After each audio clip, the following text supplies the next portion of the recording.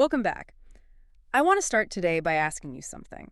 It might feel a little bit uncomfortable. Okay. It's a question about agency. How much of your day, honestly, how much of it is you making conscious executive choices, and how much of it is just, happening to you? Hmm. That is the question, isn't it? Ow. The autopilot problem. Exactly. You know that feeling when you drive home from work? Oh, yeah. You pull into the driveway, you turn off the ignition, and then it hits you.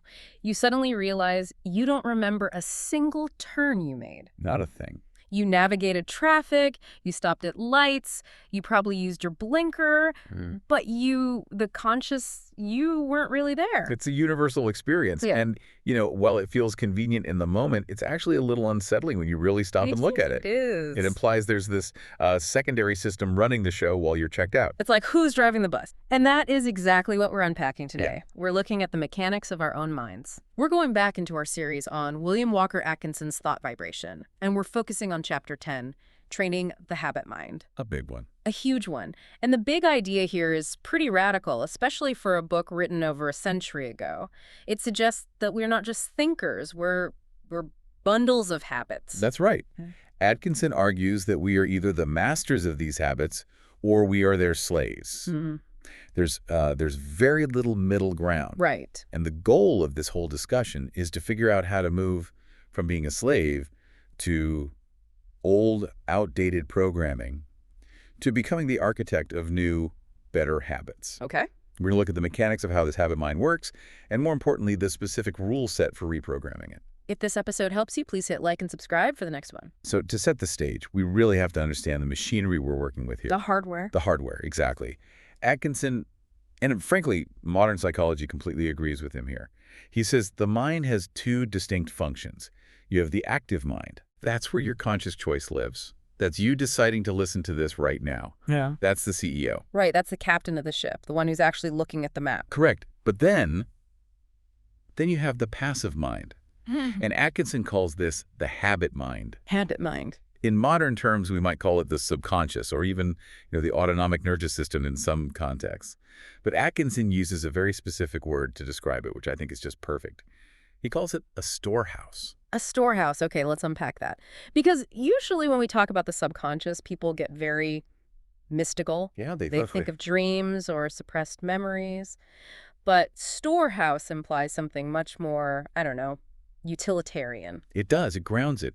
Think of the subconscious mentality not as some mystical void, but as a warehouse or a logistics facility. Okay. Its primary job, evolutionarily speaking, is efficiency.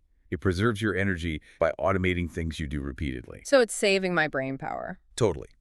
If you had to consciously think about how to tie your shoes, how to brew your coffee, how to brush your teeth, and how to start your car every single morning, Oh, man. step by step, engaging your prefrontal cortex for every single micro action, you would be exhausted by 8 in the morning. I'd have decision fatigue before I even got to work. Exactly. Yeah. So the habit mind is like a really, really efficient executive assistant, or maybe, like you said, the warehouse foreman. Yeah. It's a loyal servant. But here's the catch, and this is absolutely crucial to understanding why we struggle with bad habits. Mm-hmm.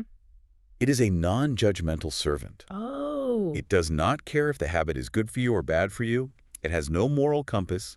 It just repeats whatever orders you give it most often. That is the scary part. It's just looking at the data. It's just looking at frequency. Exactly.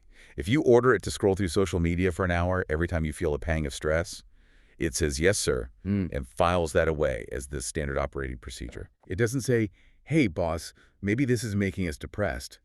It just executes the script. That is terrifying and empowering at the same time. It really is. It means the machine works perfectly. We just might be feeding it really bad code. Precisely. And to help us visualize how this works physically, because it is physical, we're talking about neural pathways. Atkinson uses a metaphor that I think is just brilliant in its simplicity. Okay. He compares the mind to a piece of paper. I love this visual. The mental crease. Yes, it's so tactile. Mm. Imagine a crisp, fresh sheet of paper. Now fold it in half, Okay. press down hard on that fold, run your fingernail along it. When you open it back up, what do you have? You've got a crease, a line right down the middle. Right. The structural integrity of the paper has changed. It's not the same sheet anymore. Exactly. Now, if you try to fold that paper again, just sort of blindly, where does it naturally want to bend? Right along the crease. It's the path of least resistance. It's easier to fold it there than anywhere else. That is your mind on a habit. Every single time you repeat an action, every time you reach for the donut when you're bored or snap at your partner when you're tired, you are running your finger along that fold. You're deepening the crease. You're deepening the crease. And I imagine if we extend the metaphor, if you fold it enough times, the paper essentially becomes floppy at that joint. It practically falls into that fold on its own. That's it. It has no resistance left. And Atkinson's warning here is that if we're not careful, we create these creases in directions we don't actually want to go. Right. And once that paper is folded enough, it folds that way automatically, even when we're actively trying to resist.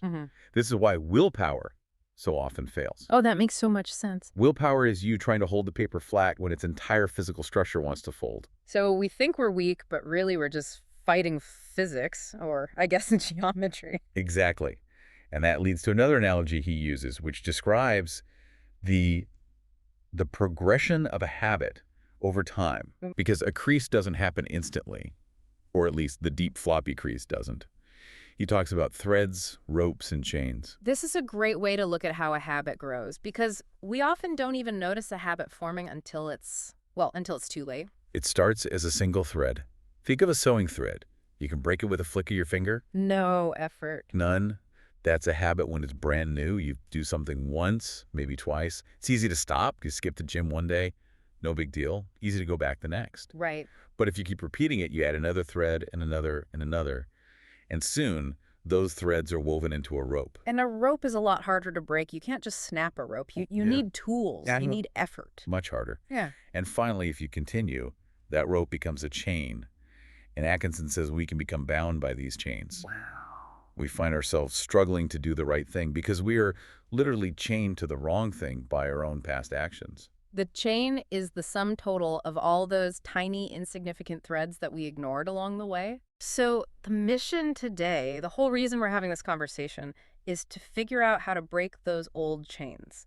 And, maybe more importantly, how to forge new ones. New chains that actually pull us where we want to go. Because we want chains, right?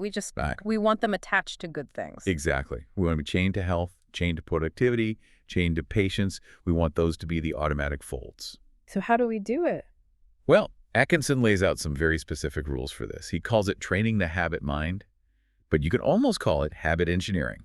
Let's talk about the rules of installation. Okay, rule number 1. How do we start a new crease? How do we make that first fold? The first rule is what he calls strong initiative. Strong initiative? Yeah. That sounds intense. It is meant to be. Atkinson is very, very clear on this. You cannot be lukewarm. You can't be half-hearted.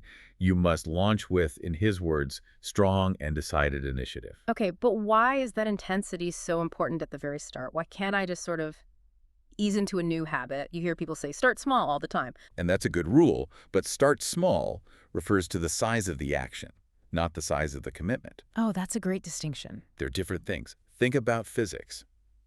Think about a rocket ship leaving the atmosphere. Okay. A rocket burns most of its fuel in the first few minutes of flight.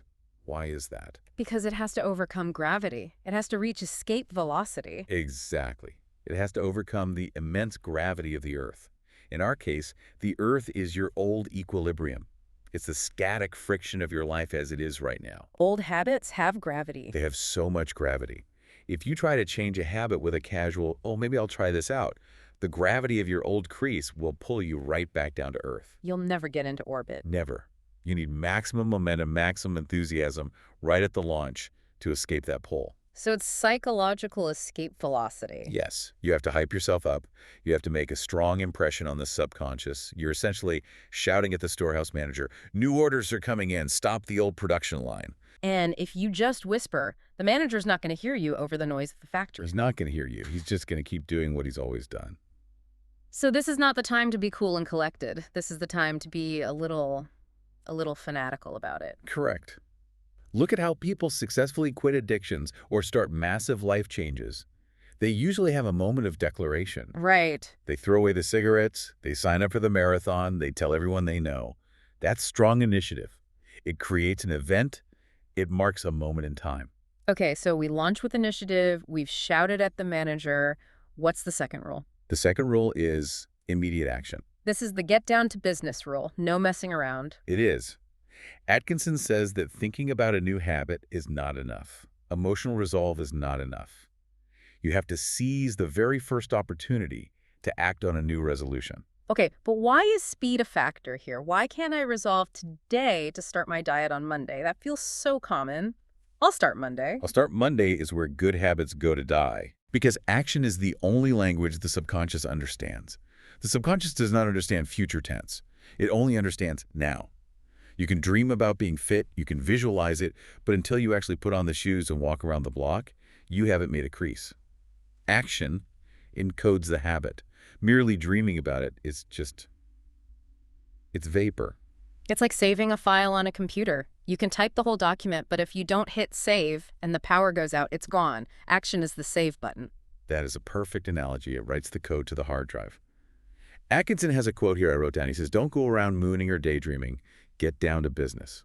It's tough love. It is. Yeah. He's basically saying, stop fantasizing about the version of you that has the habit and be the person who is doing the habit right now. And it prevents that false sense of accomplishment, right? Sometimes just planning the workout makes us feel like we actually worked out.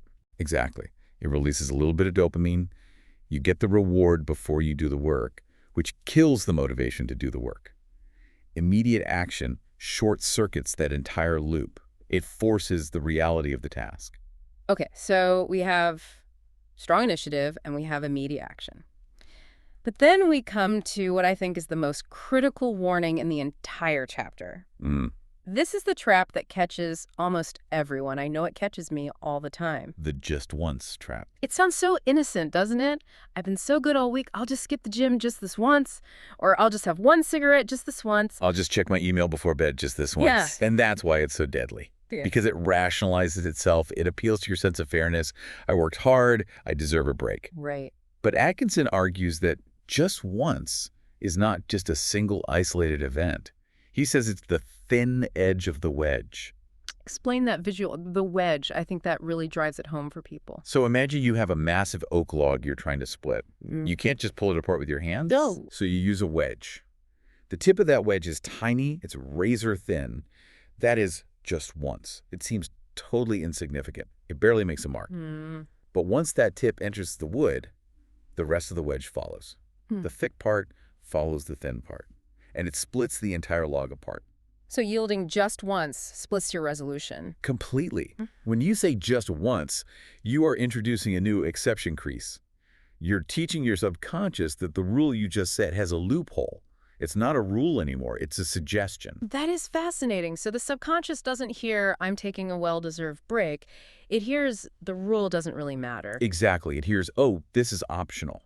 And the moment a habit becomes optional in your mind, the resistance to doing it doubles, maybe triples. You have to redecide every single time. The automaticity is gone. So what's the fix? The remedy, according to Atkinson, is strict. He says, never suffer an exception until the habit is securely rooted. Until it is rooted. That's a key qualifier. He's not saying you can never relax or be flexible for the rest of your life. No, not at all. He's talking about the installation phase, the rooting phase. Like planting a tree. Exactly. When it's a seedling, you have to protect it. You have to water it every day. Once the chain is built, once the crease is deep, sure, you can miss a day and the habit will pull you back. Yeah. But in the building phase, while the cement is wet, zero exceptions. Zero. You're rewiring a circuit. If you cut the power halfway through, the light never turns on. You're just forcing yourself to be honest about the timeline. We're talking about a few weeks of rigidity to buy a lifetime of freedom. Okay, this is great. Let's take these high-level concepts, the crease, the wedge, the rocket launch, and apply them. I want to ground this because theory is great, but we live in the real world of notifications and deadlines and stress. Let's do it. Let's look at 3 practical examples of how this looks in real life. Let's start with work. A classic struggle, procrastination, or perhaps more specifically, that distraction at the start. Oh, the default setting for so many of us. Let's set the scenario. You have a difficult task in front of you. A big report, a script to write, a complex spreadsheet. You know you need to do it. And the old habit, that old deep crease, is the procrastination default. You sit down at your desk, but immediately you feel that little bit of resistance, that friction. Yep. So what do? You open your email. Or you suddenly realize, you need a second cup of coffee. Hmm. Or you just have to check the news headlines real quick. It's automatic. You don't even really decide to do it. Your hands just open the tab. It's pure muscle memory. That's the habit mind saying desk equals distraction or stress equals avoidance. That's the program it's running. So how do we use Atkinson's rules to fix this? How do we rewire the desk? We need to install a new program, a starting ritual. We launch with strong initiative. You decide consciously, from now on, the moment my body hits this chair, the very first thing I do is open the main project. No email first, not even a quick look. No, absolutely not. Because checking email immediately puts you in reactive mode. You're responding to other people's priorities. Right. We want active mode. We want to set our own priorities. You are teaching the habit mind a brand new association. Desk equals focus. Even if you only write one sentence, you open the project first. You are recreasing the paper. And applying the no exceptions rule. That means even on a slow day, even on a day where you're waiting for a really important email. Especially then. You cannot make an exception. You cannot say, well, today is a busy news day. I'll check the headlines first, just this once. There's the wedge. There's the wedge. You do that. You split the resolution. You have to protect that starting ritual with everything you have, at least for the first few weeks. It reminds me of writers who say they have to write a certain number of words before they're allowed to have their morning coffee. That's a perfect application. They link the reward directly to the action. Exactly. That's using the biology of the habit loop. The coffee becomes the reward for the focus rather than the procrastination tool. It's brilliant. I love that. Okay, example 2. Relationships. This feels harder because emotions are involved. It's not as clean. This is where we often feel the most enslaved by our habits, the reactive speech habit, The snapback. the snapback. The scenario is a heated argument, or maybe just a snarky comment from a coworker or a family member, something that just, it pricks your ego. And the old habit is you feel that flash of irritation, that physiological heat in your chest, and boom, the words are out of your mouth before you've even thought them. That's the crease. The anger crease is deep. It feels like the paper just snaps shut on its own. It really does. It's a survival mechanism gone wrong. It's your fight or flight response in a non-threatening situation. So the new habit we need to install is the pause habit. Okay, but how do we install that? Because when you're angry, you don't want to pause. You want to win. You want to be right. You have to use the active will. You have to assert your I, as Atkinson would say. The moment you feel that trigger, the heat in your chest, the tightening in your jaw, you insert a mechanical brake. A mechanical break. Yes. You insert a breath. You force a pause. You don't try to solve the argument yet. You don't try to be calm. You just have one single goal. Take a breath. So the new habit isn't be calm. The new habit is breathe. Exactly. Be calm is a state of being. It's an outcome. It's vague. Breathe is an action. You can execute an action. You are literally stopping the paper from folding along the old line. You're holding it open. It takes immense energy at first. Remember the rocket fuel. But if you do it consistently every single time, eventually the pause becomes the new default. It's almost like you're buying your prefrontal cortex, your rational brain, time to come back online. That is exactly what is happening biologically. The amygdala, the lizard brain, reacts instantly. The rational brain takes a few seconds to catch up. The pause habit is just a bridge to get you from the lizard to the human. That is powerful, just refusing to fold. Okay, example 3. General lifestyle habits. Let's talk about something like stress eating or doom scrolling. These are the soothing habits. This brings in a bit of modern context that pairs perfectly with Atkinson's ideas. The concept of loop replacement. Because you can't just delete a habit, right? You can't just sit there and stare at the wall when you're feeling stressed. The energy has to go somewhere. Right. A vacuum will always be filled. Atkinson talks about transmutation in other chapters, and this is very similar. The modern habit loop consists of 3 parts: a cue, an action, and a reward. Okay, so walk us through the stress eating loop with those 3 parts. The cue is I feel stressed or I feel bored. The old action is eat a cookie. The reward is relief or distraction, a little sugar hit. And if I just try to use willpower to not eat the cookie, I'm fighting the urge. I'm denying myself the reward my brain is screaming for. And you will eventually lose that fight because the brain wants the relief. So instead, you keep the cue. You still feel stressed. That's unavoidable. Yeah. But you change the act. You swap it out. You swap it out. You replace eat cookie with take 3 deep breaths, or drink a full glass of water, or walk around the block for 2 minutes. And you still get the reward. You get a form of relief. It might not be a sugar rush, but it is a physiological reset. It changes your state. Atkinson would call this doing the proper thing automatically against the hour of need. I see. You're training the storehouse to hand you a glass of water when you're stressed, not a cookie. It's reprogramming the servant. When I ring this bell, bring me water, not wine. Precisely. And you have to do it consciously, with strong initiative, enough times that the servant learns the new protocol. Eventually, you'll feel stressed, and you will find yourself walking out the door for a walk without even deciding to. That's when you know the new chain is forged.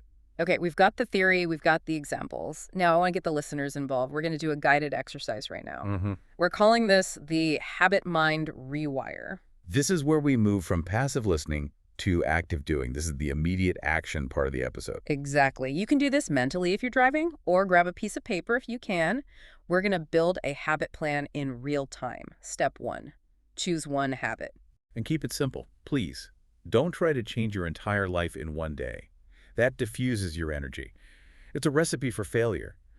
Pick one positive habit you want to install. Maybe it's flossing, maybe it's reading one page of a book, maybe it's a 5-minute morning stretch. Got it. Listeners, pick one thing. Don't overthink it. Just pick one. Step 2, identify the trigger.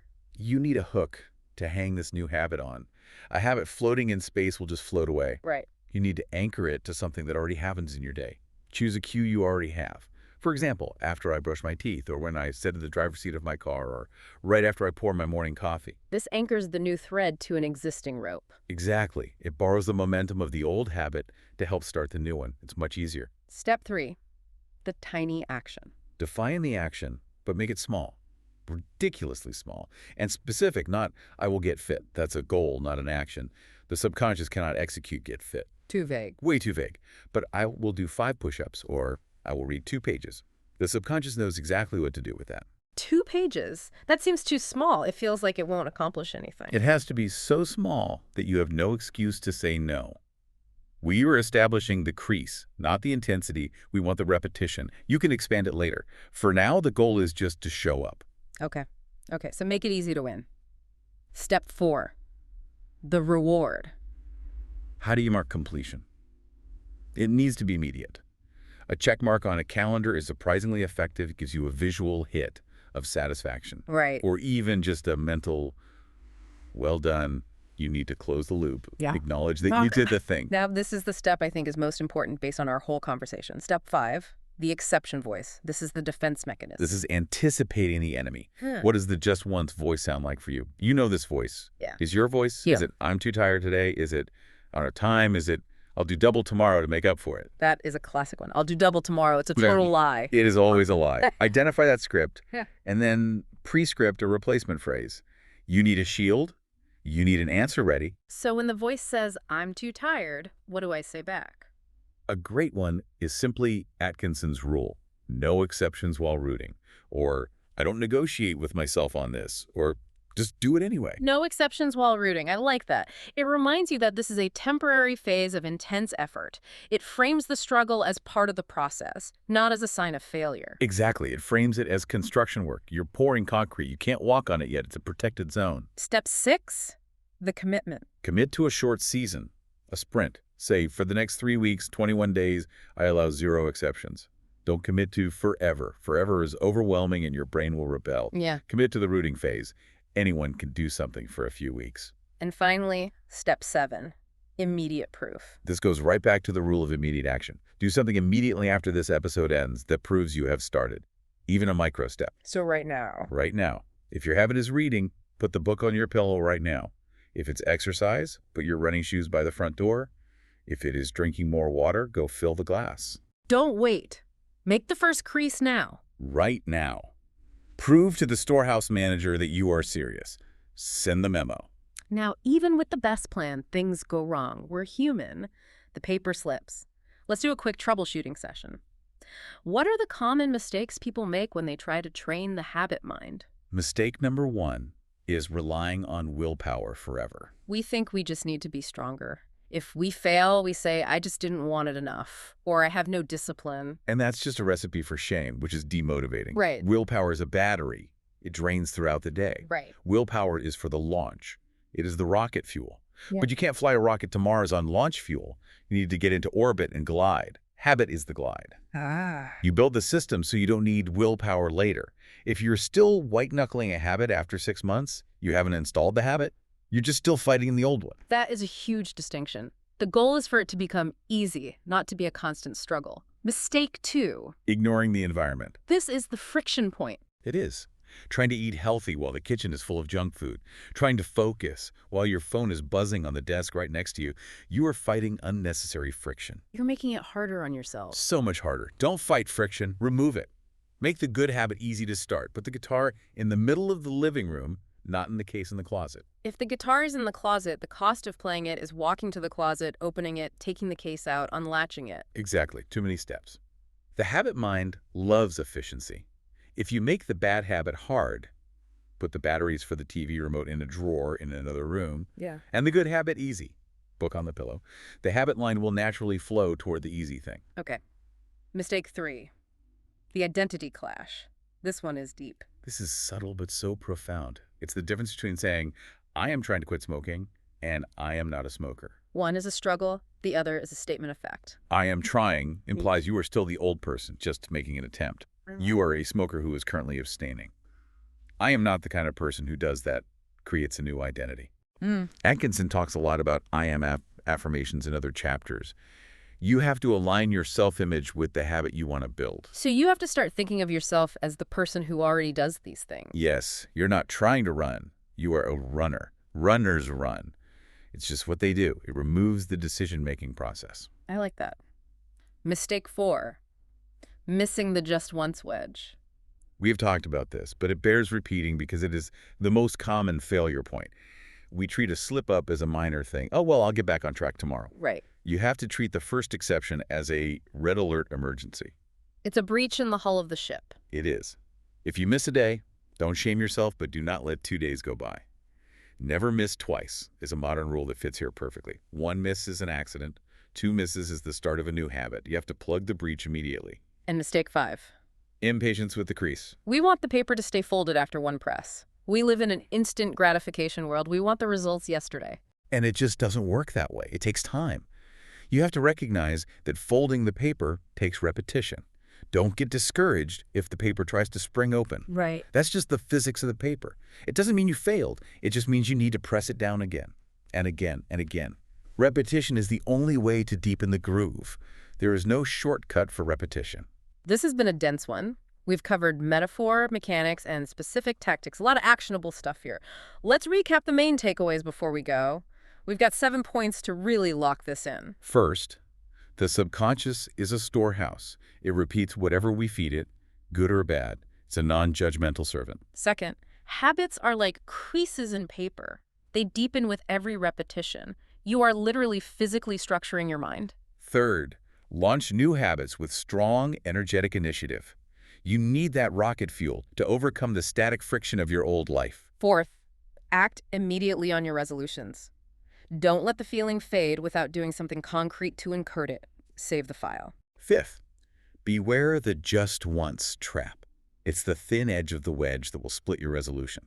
Sixth, use existing triggers to build new loops. Anchor the new habit to an old one. And seventh, maintain no exceptions until the habit is firmly rooted. Protect the seedling until it becomes a tree. That is the blueprint. It's simple, but it is not easy. But now you have the manual. Next time, we're going even deeper into the engine room. We're looking at Chapter 11, The Psychology of Emotion. Oh, this is a good one. We're going to look at how to manage the feelings that drive these habits. Because often, as we discussed with stress eating or anger, it's an emotion that triggers the loop. If you can master the emotion, you can master the trigger. It's going to be a good one. Thanks for being here. If you want the full series, check the playlist, and please like and subscribe so you don't miss the next episode.